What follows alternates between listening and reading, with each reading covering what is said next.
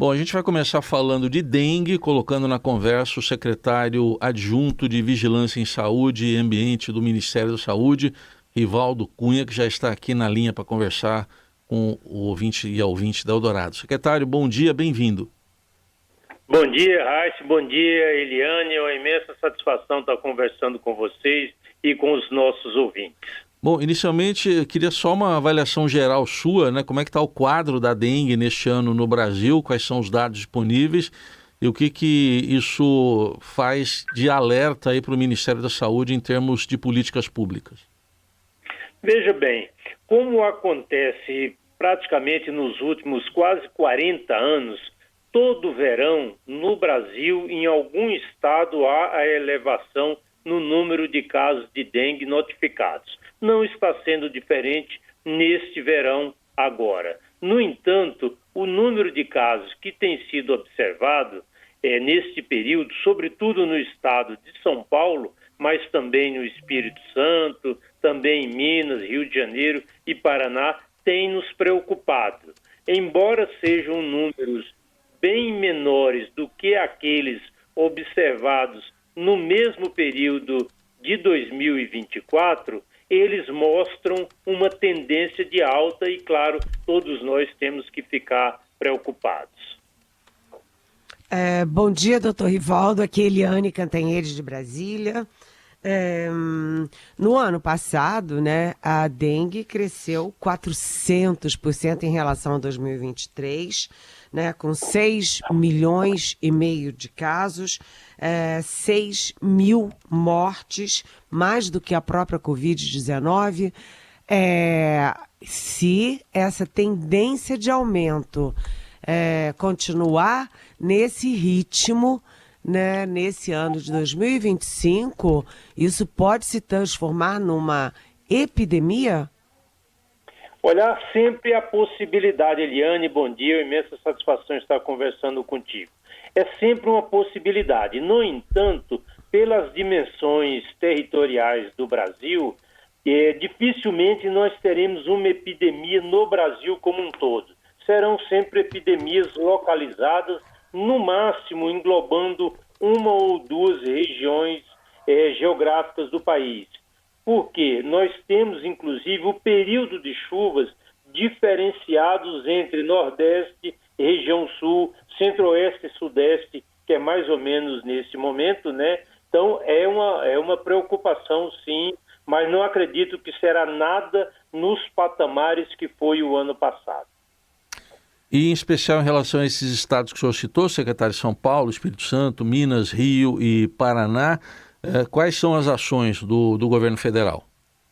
Veja bem, todas as nossas ações, Raíssa, são em estreitas parcerias estabelecidas com as secretarias estaduais e municipais de saúde, que são quem executa boa parte dessas ações lá na ponta, lá no território. Nós encaminhamos ontem para vários estados do país, inclusive para o estado de São Paulo, ao todo 4.500.000 testes rápidos para fazer o diagnóstico de dengue. Isso vai ajudar sobremaneira naquelas unidades de pronto atendimento, mas também nas unidades básicas de saúde.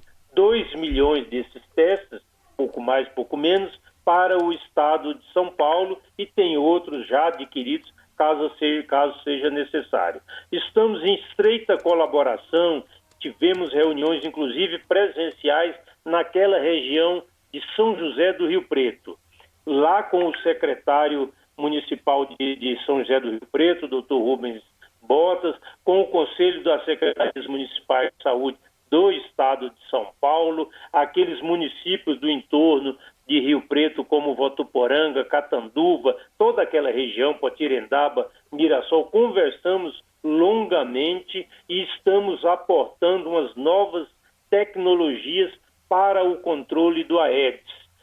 Uma dessas novas tecnologias nós chamamos de estações disseminadoras de larvicidas, é um processo de autodisseminação que a própria fêmea do mosquito ajuda o trabalho cotidiano nosso.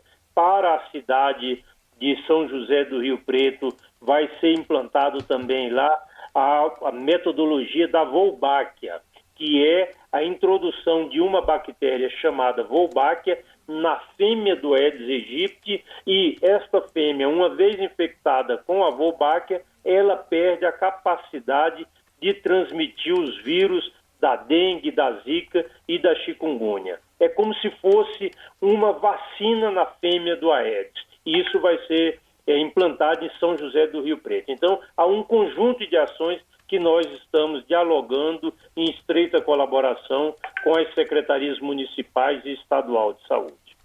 Agora, a dengue tem duas particularidades que são cruéis, né? Uma é que as vacinas ainda têm uma produção muito incipiente. E segundo é que não tem tratamento para dengue. Eu mesmo tive dengue, doutor Rivaldo. Fiquei 5 dias internado no hospital porque praticamente não tem o que fazer. Tem que tomar soro e ficar acompanhando, né, as plaquetas, etc. Então tem o nível da prevenção e depois tem o nível também do cuidado, né, da medicação. Como é que o Ministério da Saúde está se preparando não apenas para prevenção, mas também para cuidar, para medicar, para salvar vidas no caso da dengue? Veja bem, Eliane, muito bem a sua ponderação, muito correta. Dengue não tem uma grande tecnologia para tratar dengue. Eu costumo falava para os meus alunos, que eu sou professor também na faculdade, que é uma doença que infelizmente pode se agravar, inclusive matar uma pessoa, mas que em 95% das vezes nós a tratamos com água e sal, com solução fisiológica. Não há uma grande tecnologia, por exemplo, com relação a como foi com a Covid. E é uma doença que nós convivemos com ela há praticamente 40 anos ininterruptos. É uma amiga nossa, nós sabemos o que fazer com a dengue. Então, por que as pessoas morrem por dengue? Geralmente, Eliane, Raíssa e os nossos ouvintes. Praticamente 95% ou mais das mortes por dengue são mortes evitáveis. E boa parte delas decorrentes de um erro, seja um erro por conta do doente ou de seus familiares que subestimaram a gravidade potencial da doença e não foram buscar atendimento em tempo hábil. Quando procuraram esse atendimento, o doente estava muito grave e pouco pôde ser feito, ou então o doente procura a unidade de saúde e quando chega lá, ela está completamente desorganizada. E ele espera 4, 5, 6 horas para ser atendido. E às vezes ele desiste, vai para casa, retorna 2, 3 dias depois, extremamente grave. Então, o principal alerta que nós temos feito nesse diálogo com as secretarias municipais e estaduais de saúde por favor, vamos organizar a rede assistencial com bastante antecedência. Depois que a epidemia está instalada, é muito difícil organizar a rede. Então as pessoas morrem muito mais por desorganização da rede assistencial do que por uma gravidade inerente da fisiopatologia relativa com a doença. Então, o nosso grande alerta é possível evitar uma morte por dengue, desde que nos preparemos com bastante antecedência. Bom, lógico, secretário, que tem que eliminar os criadouros também, né, como o senhor bem destacou, mas a gente tem visto também, por exemplo, aqui no estado de São Paulo, o próprio governo paulista está falando em baixa adesão à vacina, está em torno de 11% para o público-alvo, que é de 9 a 14 anos, que não volta aí para a segunda dose. E eu queria saber do senhor o que dá para fazer para incentivar a vacinação. E lembrando que, como disse a Eliane, ainda é uma vacinação restrita e tem essa expectativa, né, da Anvisa analisar e aprovar uma vacina do Instituto Butantan, que aí vai ser uma vacina de dose única. O que o senhor diz sobre isso, secretário? ela tem essa produção limitada. Agora, é uma grande conquista da ciência mundial. Para a gente ter ideia, o primeiro grupo de pesquisa, o primeiro grande pesquisador que tentou uma vacina contra a dengue foi na década de 1940. Ele trabalhou 6, 8 anos tentando uma vacina para a dengue, desistiu de estudar essa vacina, foi estudar uma vacina contra a poliomielite. É o mesmo doutor Albert Sabin, da vacina oral contra a poliomielite, é o Sabin que tentou pela primeira vez uma vacina para dengue, para a gente ver quanto que ela é complexa, praticamente 80 anos de estudos, né?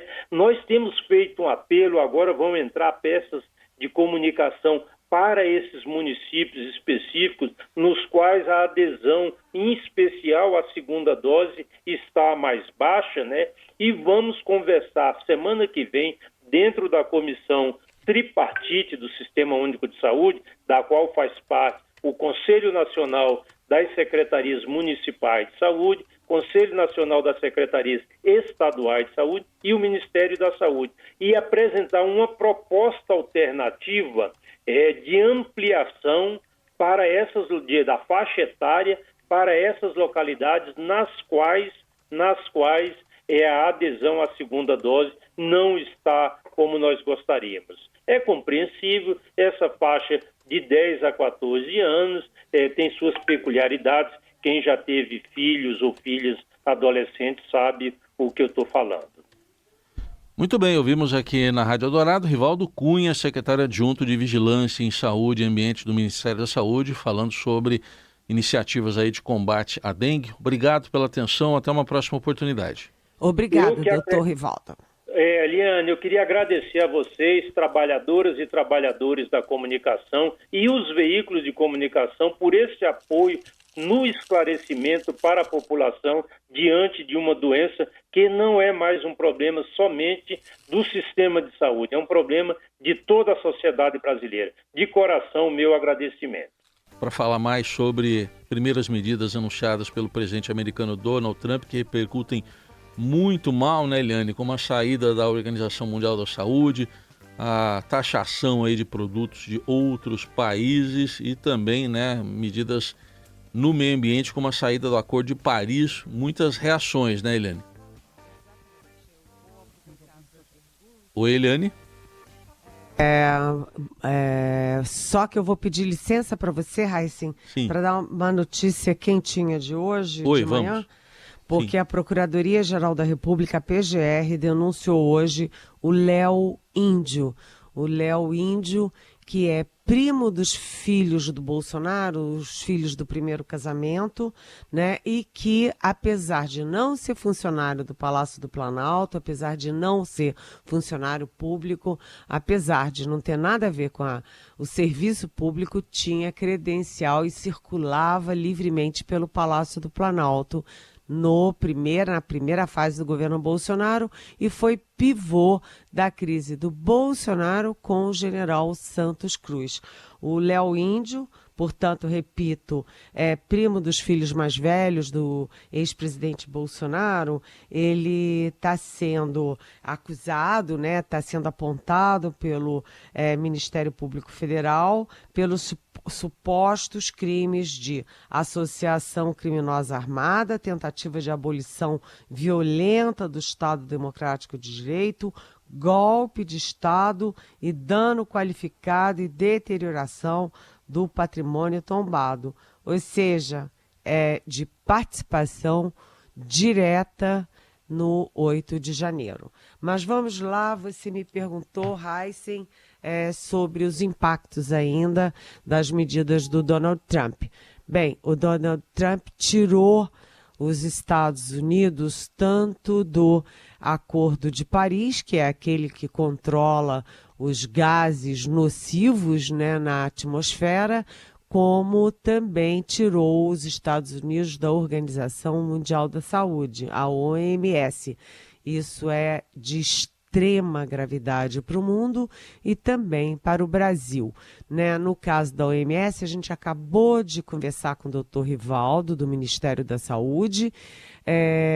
A saída dos Estados Unidos da OMS significa o seguinte, que a OMS perde o seu maior financiador do mundo, o financiador de campanhas que salvam vidas, que melhoram a saúde de populações de países muito pobres e que não têm nem tecnologia, nem recursos, nem quadros para cuidar da saúde dos seus nacionais. E no caso da saída do Acordo de Paris, isso é gravíssimo. Primeiro, porque pode ter um efeito em cascata. Outros países podem também sair ali no rastro dos Estados Unidos. E particularmente para nós aqui no Brasil, porque não apenas somos líderes na área ambiental, como vamos ter nesse ano a COP30. Né, fazer uma COP com os Estados Unidos fora, com os Estados Unidos recuando, né, os Estados Unidos fora do Acordo de Paris, realmente é assim, muito, muito preocupante. Aliás, o presidente Lula já se reuniu ontem, se reúne hoje novamente com a ministra Marina Silva do Meio Ambiente e junto com ela também o chefe da Casa Civil, Rui Costa, secretário executivo de Mudança do Clima, João Paulo Capobianco, e também o presidente do Instituto Brasileiro do Meio Ambiente, do IBAMA, né? O Rodrigo Agostinho. Lembrando que ontem foi anunciado o novo chefe da COP30, que é o embaixador Correia do Lago, que é o embaixador André Correia do Lago, que é há muitos anos especialista nessa área. Brasil apavorado, tanto com a saída da OMS e a saída do Acordo de Paris. E Trump, que também investe até contra a nacionalidade, né, Eliane, de filhos de imigrantes nascidos nos Estados Unidos. Para ele, não são mais cidadãos americanos, mas tem 22 estados já se rebelando na justiça. Olha, Heisen, isso é de uma crueldade, isso não é nem uma questão de Estado, mas isso mostra a patologia de uma pessoa, né? Porque é de uma crueldade, assim, que a gente não consegue nem definir. Ontem, uma pastora, uma religiosa, fez um discurso que botou o dedo na ferida e deixou o Trump contra a parede, né? E também, como você disse, 22 estados já estão reclamando. Por quê? Porque além de cruel, é inconstitucional. Qualquer presidente, quando assume um mandato de presidente da República, ele assume um compromisso em respeitar a Constituição do seu país, né? E o Donald Trump, num dos primeiros atos dele, exatamente ataca a Constituição dos Estados Unidos, que tem 200 anos. Por essa Constituição, quem nasce em território, em solo americano, é naturalmente um americano. Tem direito à cidadania, à nacionalidade americana. O que o Donald diz? Sem ter instrumentos locais, instrumentos legais para dizer, ele está dizendo o seguinte: filho de imigrante legal não é mais cidadão americano. Possa nascer onde nascer, no coração de Manhattan, não interessa. Não é mais americano. Filho de quem? De mulher grávida, que está com visto provisório, de estudante com visto provisório, também, a partir de agora, não é mais cidadão americano. Ou seja, é apátrida. Porque se nasce nos Estados Unidos e não é americano, ele vai ser de que país? Qual será a nacionalidade dele? Isso é de uma crueldade contra bebezinhos no seu primeiro minuto de vida que, olha, Heisen, eu acho que diz tudo do que está acontecendo na maior potência.